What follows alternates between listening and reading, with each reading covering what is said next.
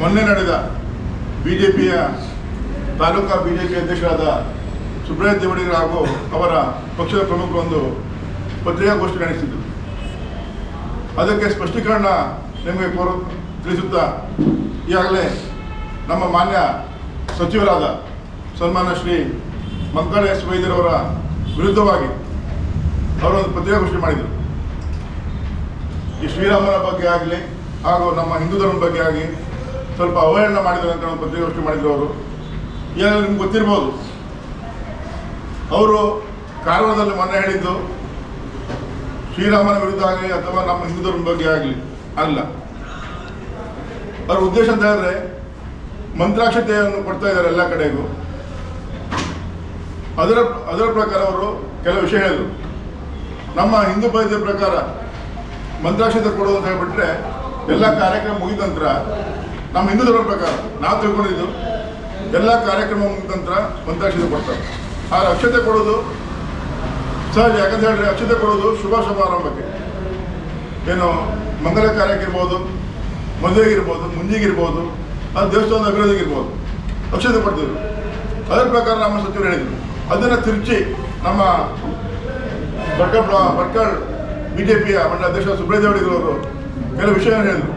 ನಿಜವಾಗಲೂ ಇದು ಭಾಳ ಖೇದಕರ. ಯಾಕಂತ ಹೇಳಿದ್ರೆ ಮೊದಲೆಲ್ಲ ಬಿಜೆಪಿಯವರು ಬೇರೆ ಬೇರೆ ಧರ್ಮದವರನ್ನು ಎತ್ತಿ ಕಟ್ಟಿ ನಮ್ಮ ಕ್ಷೇತ್ರ ರಾಜಕೀಯ ಮಾಡ್ತಿದ್ರು.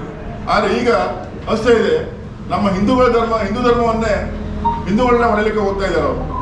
ಯಾಕಂತ ಹೇಳಿದ್ರೆ ಇವತ್ತು ಸನ್ಮಾನ್ಯ ಮಂಕಾಳ ವೈದ್ಯರವರು ಪ್ರಪ್ರಥಮ ಬಾರಿಗೆ ಚುನಾವಣೆಯಲ್ಲಿ ಪಕ್ಷೇತರ ಅಭ್ಯರ್ಥಿಯಾಗಿ ಚುನಾವಣೆಯಲ್ಲಿ ವಿಜಯಶಾಲಿ ಆದಾಗ ನಮ್ಮ ಕ್ಷೇತ್ರದ ಎಲ್ಲ ಧರ್ಮದವರ ಮಸೀದಿ ಇರ್ಬೋದು, ಚರ್ಚ್ ಇರ್ಬೋದು, ಮತ್ತು ನಮ್ಮ ಹಿಂದೂ ಧರ್ಮದ ಕೆಲವು ದೇವಸ್ಥಾನ ಅಜೀರ್ಣಾವಸ್ಥೆಯಲ್ಲಿದ್ದಾಗ ಅದನ್ನು ನಿಮ್ಮ ಮಾಧ್ಯಮ ಮುಖಾಂತರ ಅವರು ಕೆಲಸ ಮಾಡಿದರು.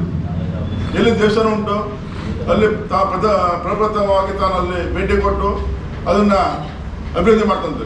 ಅದೇ ರೀತಿ ನಡ್ಕೊಂಡು ಸುಮಾರು ಕ್ಷೇತ್ರದ ಎಲ್ಲ ಜನತೆಗೂ ಮತ್ತು ಎಲ್ಲ ಧರ್ಮದವರಿಗೂ ಇಷ್ಟವಾದ ರೀತಿಯಲ್ಲಿ ಅವರು ದೇವಸ್ಥಾನ ಅಭಿವೃದ್ಧಿ ಮಾಡಿದರು.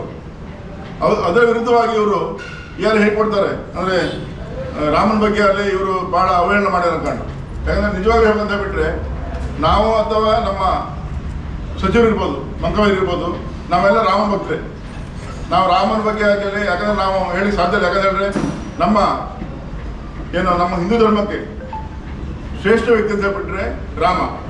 ಆ ರಾಮನ ಬಗ್ಗೆ ನಾವು ಪೂಜನೆ ಭಾವನೆ ನಾವು ನಮ್ಮ ಪಕ್ಷದವ್ರು ಇರ್ಬೋದು ಅಥವಾ ನಮ್ಮ ಪಕ್ಷದ ಪ್ರಮುಖರಿರ್ಬೋದು, ಎಲ್ಲರೂ ರಾಮನ ಬಗ್ಗೆ ಒಳ್ಳೆಯ ಅಭಿಪ್ರಾಯ ಉಂಟು. ಆದರೆ ಅದನ್ನು ಜನರಿಗೆ ಮತ್ತೆ ಮಂಗ ಮಾಡ್ಲಿಕ್ಕೆ ಹೋಗ್ತಿದ್ದಾರೆ. ಈಗಾಗಲೇ ಅವರು ಬಂದಿದ್ದು ಇಲೆಕ್ಷನ್ ಹತ್ರ ಬಂತು, ಲೋಕಸಭಾ ಇಲೆಕ್ಷನ್. ಈಗಾಗಲೇ ನೀವು ಕೇಳಿರ್ಬೋದು, ಮೊನ್ನೆ ನಮ್ಮ ಸನ್ಮಾನ್ಯ ಮುಖ್ಯಮಂತ್ರಿಗಳಾದ ಸನ್ಮಾನ್ಯ ಸಿದ್ದರಾಮಯ್ಯ ಇರ್ಬೋದು, ರಾಜ್ಯಾಧ್ಯಕ್ಷ ಡಿ ಕೆ ಶಿ ಇರ್ಬೋದು, ನಮ್ಮ ರಾಷ್ಟ್ರಾಧ್ಯಕ್ಷರಾದ ಮಲ್ಲಿಕಾರ್ಜುನ ಖರ್ಗೆ ಇರ್ಬೋದು, ಸೋನಿಯಾ ಗಾಂಧಿ ಇರ್ಬೋದು, ಅವರ ಆಮಂತ್ರಣವನ್ನು ಪ್ರೀತಿಯ ತಿರಸ್ಕಾರ ಮಾಡಿದ್ದಾರೆ. ಯಾರು ಅಯೋಧ್ಯೆ ಮಂದಿರಕ್ಕೆ ಬರಲಿಕ್ಕೆ ಆಹ್ವಾನ ಕೊಟ್ಟಿದ್ರು. ಅದು ಯಾಕಂತ ಹೇಳಿದ್ರೆ ಅವ್ರು ಒಂದು ಮಾತು ಹೇಳ್ಬೋದಿತ್ತು, ಈಗಾಗಲೇ ರಾಮ ಮಂದಿರ ಪೂರ್ತಿ ಆಗಲಿಲ್ಲ, ಪೂರ್ತಿ ಆಗಲಿ ಸಹ ನಾವೆಲ್ಲೂ ಭೇಟಿ ಕೊಡೋಕೆ ಸಾಧ್ಯ ಇಲ್ಲ ಅಂತ ಅವ್ರು ಹೇಳಿದ್ದಾರೆ. ನಮ್ಮ ರಾಷ್ಟ್ರಾಧ್ಯಕ್ಷ ಇರ್ಬೋದು, ರಾಜ್ಯಾಧ್ಯಕ್ಷ ಇರ್ಬೋದು. ನಿಮಗೆ ಗೊತ್ತಿರ್ಬೋದು ಈಗಾಗಲೇ ಇದು ಅವ್ರು ಏನು ಮಾಡಲಿಕ್ಕೆ ಕೊಡೋದು ಅಂತ ಹೇಳಿಬಿಟ್ರೆ ರಾಮನ ಗರ್ಭಗುಡಿ ಕಟ್ಟು ಅಂತ ಹೇಳ್ಬೋದಿತ್ತು ಅವರು. ಆದರೆ ಅಪೂರ್ಣವಾಗಿದೆ ಈಗ.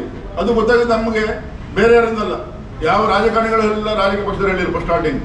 ಫಸ್ಟ್ ಸ್ಟಾರ್ಟಿಂಗ್ ಹೇಳಿದ್ದು ನಮ್ಮ ಜಗತ್ತಿನಲ್ಲಿ ಅತಿ ಶ್ರೇಷ್ಠವಾದ ಅತಿ ಶಕ್ತಿಪೀಠವಾದ ಶಂಕರಾಚಾರ್ಯ ಪೀಠ, ಅಲ್ಲಿಯ ಪೀಠಕ್ಕೆ ಹೊಂದಿಕೊಂಡಿರುವಂಥ ಎಲ್ಲ ಪೀಠದ ಮಾನ್ಯ ಪೀಠಾಧಿಪತಿಗಳು, ಶಂಕರಾಚಾರ್ಯ ಪೀಠಾಧಿಪತಿಗಳು ಅವರೇ ಹೇಳಿದ್ದಾರೆ, ಉಲ್ಲೇಖ ಮಾಡಿದ್ದಾರೆ. ನಿಮಗೆ ಪತ್ರಿಕಾ ಮುಖಾಂತರ ಹೇಳಿಕೊಟ್ಟಿದ್ದಾರೆ ಅವರು. ಈ ರಾಮ ಮಂದಿರ ಈಗಾಗಲೇ ಅಪೂರ್ಣದಲ್ಲಿದ್ದು ಅದಕ್ಕೆ ನಾವು ಯಾರೂ ಹೋಗ್ತಾ ಇಲ್ಲ. ಆ ಧಾರ್ಮಿಕ ವಿಧಿವಿಧಾನ ಸರಿಯಾಗಿ ನಡೀತಾ ಇಲ್ಲ. ಆದರೆ ನಾವು ಅದಕ್ಕೆ ಇದು ಏನೋ ರಾಜಕೀಯವಾಗಿ ಬಳಸ್ಕೊಳ್ಳಿಕ್ಕೆ ಕೆಲವು ಪಕ್ಷರು ಹೋಗ್ತಾ ಇದ್ದಾರೆ. ಅದಕ್ಕೆ ನಮ್ಮ ವಿರೋಧ ಉಂಟು. ನಾವು ಜನವರಿ 22 ನಂತರ ಮತ್ತು ರಾಮ ಮಂದಿರ ಪೂರ್ತಿಯಾದ ನಂತರ ನಾವು ಅಲ್ಲಿ ಹೋಗಿ ಭೇಟಿ ಕೊಟ್ಟು ನಮ್ಮ ಹಿಂದೂ ಸಂಪ್ರದಾಯ ಪ್ರಕಾರ ಏನು ಆಚರಣೆ ಮಾಡಬೇಕು ಅದು ಮಾಡಲಿಕ್ಕೆ ನಾವು ಶಕ್ತರಿದ್ದೇವೆ ಅಂತ ನಮ್ಮ ಏನು ಶಂಕರಾಚಾರ್ಯ ಪೀಠ ಸ್ವಾಮೀಜಿಯವರು ಹೇಳಿದ್ದಾರೆ. ಅದೇ ರೀತಿ ನಮ್ಮ ಲೋಕಸಭೆಯ ನಮ್ಮ ಪಕ್ಷದ ರಾಷ್ಟ್ರಾಧ್ಯಕ್ಷರಾದ ಖರ್ಗೆ ಸಾಹೇಬರು ಹೇಳಿದ್ದಾರೆ, ಸಿದ್ದರಾಮಯ್ಯ ಹೇಳಿದ್ದಾರೆ.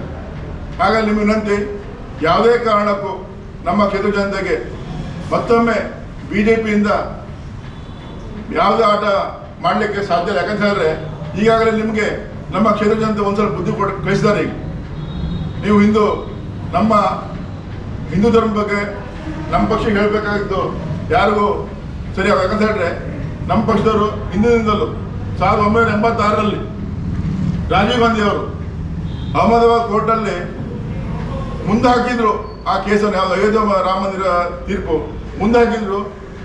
ಅದಕ್ಕೆ ಏನು ಶೆಟ್ಟು ಹೊಡೆದು ಸನ್ಮಾನ್ಯ ಆಗಿನ ಪ್ರಧಾನಮಂತ್ರಿಗಳಾದ ಸನ್ಮಾನ್ಯ ಶ್ರೀ ರಾಜೀವ್ ಗಾಂಧಿ ಅವರು ಚಾವಿಯನ್ನು ತೆಗೆಯೋದು, ಆ ಚಾವಿಯನ್ನು ನಮ್ಮ VHP ಮುಖಂಡರು ಕೊಟ್ಟರು.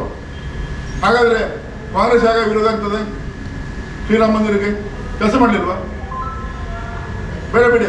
ಈಗಾಗಲೇ 60 ವರ್ಷ 70 ವರ್ಷ ಆಳ್ವಿಕೆ ಮಾಡಿದ್ರು ಕಾಂಗ್ರೆಸ್ ಅವರು. ಎಲ್ಲಿ ನಮ್ಮ ಹಿಂದೂ ದೇಶವನ್ನು ಕೆಡಿದ್ದಾರೆ ಅವರು? ತೋರಿಸಿ ನೋಡುವವರು. ಇವರಾಗೆ ನಾವು ಧನುರ್ಮಾಸ ಹಾಕೊಂಡು ಮತ್ತು ಇಲ್ಲಸಲ್ಲದ ಹಿಂದೂ ಧರ್ಮ ಎತ್ತುಗಟ್ಟು ನಮ್ಮ ರಾಜಕೀಯ ಮಾಡೋ ಅವಶ್ಯಕತೆ ಇಲ್ಲ. ಯಾಕಂದರೆ ನಾವು ಏನು ನಮ್ಮ ಪಕ್ಷದವರು ಯಾವಾಗಲೂ ಬುದ್ಧ, ಬಸವ, ಅಂಬೇಡ್ಕರ್ ಇವರ ಮೂವರ ಏನು ಹೆಸರನ್ನು ಅಥವಾ ಅವ್ರು ಮಾಡಿದಂಥ ಕಾರ್ಯವನ್ನು ನೆನೆಸಿಕೊಂಡು ಅದೇ ರೀತಿಯಲ್ಲಿ ನಡೀತಿದ್ದಾರೆ. ಅದಕ್ಕೆ ಮೂಲ ಕಾರಣ ನಮ್ಮ ಕಾಂಗ್ರೆಸ್ ಪಕ್ಷ. ನಮ್ಮ ಶಾಸಕರು ಅಥವಾ ನಮ್ಮ ಸಚಿವರಾದ ಸನ್ಮಾನ್ಯ ಮಂಗಳವೈರವರು ಏನು ಮಂತ್ರಾಕ್ಷದ ಬಗ್ಗೆ ಏನು ಸ್ಪಷ್ಟನೆ ಕೊಟ್ಟಿದ್ದಾರೆ, ಅದು ಸತ್ಯವಾದ ಮಾತು. ನೀವು ಬೇಕಾದರೆ ಒಂದು ವೇದಿಕೆ ಕಲ್ಪಿಸಿ, ನಾವು ಅದಕ್ಕೆ ರೆಡಿ ಇದ್ದೇವೆ. ಯಾಕಂದ್ರೆ ಹಿಂದೂ ದೇವಸ್ಥಾನಕ್ಕೆ ಎಷ್ಟು ನಾವು ಇಂಪ್ರೂವ್ಮೆಂಟ್ ಮಾಡಿದ್ದೇವೆ ಅವ್ರು ಹೇಳಿ ಸತ್ಯ ಉಂಟು. ಈಗ ರಾಮ ಮಂದಿರ ಬಗ್ಗೆ ಹೇಳಿದವರು ಏನೋ ನಮ್ಮ ಸಚಿವರು ಸ್ಟೇಟ್ಮೆಂಟ್ ಕೊಟ್ಟರು, 8 ವರ್ಷದಿಂದ ನಾವು ರಾಮ ಮಂದಿರ ಕಟ್ಟಿದವರು ಸತ್ಯ ಉಂಟು. ಯಾಕಂತ ಹೇಳಿದ್ರೆ ಕರಿಕಲ್ ಧ್ಯಾನ ಮಂದಿರ ನಮ್ಮ ಸಮಾಜ ಗುರುಗಳಾದ ಬ್ರಹ್ಮಾನಂದ ಸರಸ್ವತಿ ಸ್ವಾಮೀಜಿಯವರ ಒಂದು ಧಾರ್ಮಿಕ ಕೇಂದ್ರ. ಆ ಪೀಠದಲ್ಲಿ ಏನು ಹೀಗೆ ದೇವರಿದ್ದಾರೆ, ಅದು ಶ್ರೀರಾಮ ದೇವರು, ಅದು ರಾಮ ಮಂದಿರ ಆಯ್ತಲ್ಲ. ಈಗ ಅದು ಸುಳ್ಳಾಗ್ತಾರೆ ಇವರೆಲ್ಲರಿಗೆ. ಅದೇ ಸುಳ್ಳಾಗ್ತದೆ ಈಗ. ಮತ್ತು ಜನರಿಗೆ ಅವ್ರಿಗೆ ಮತ್ತು ಬೇರೆ ಏನು ಇನ್ನು ಈಗ ಇಲೆಕ್ಷನ್ ಹತ್ರ ಬಂತು, ಈಗ ಲೋಕಸಭೆ ಇಲೆಕ್ಷನ್ ಭಾಳ ನೋವಾಗ್ತದೆ. ಯಾಕಂತ ಹೇಳಿದ್ರೆ ನೀವು ರಾಜಕೀಯವಾಗಿ ಅಭಿವೃದ್ಧಿ ವಿಷಯದಲ್ಲಿ ನೀವು ಮಾತಾಡಿ, ಬರೀ ಧರ್ಮಗಳ ಬಗ್ಗೆ ಬೆಂಕಿ ಹಚ್ಚಿಕೊಂಡು ನೀವು ಓಟ್ ಕೇಳಿದ್ರೆ ನಾಳೆ ದೇವರು ಮೆಚ್ಚುವುದಿಲ್ಲ. ಅದನ್ನು ನಾನು ಈಗಾಗಲೇ BJP ಅವರಿಗೆ ಮುಖಂಡರು ನಾನು ಹೇಳ್ತಾ ಇದ್ದೇನೆ, ಯಾವುದೇ ಕಾರಣಕ್ಕೂ ಮತ್ತೆ ನಿಮ್ಮ ಆಟ ನಡೆಯುವುದಿಲ್ಲ.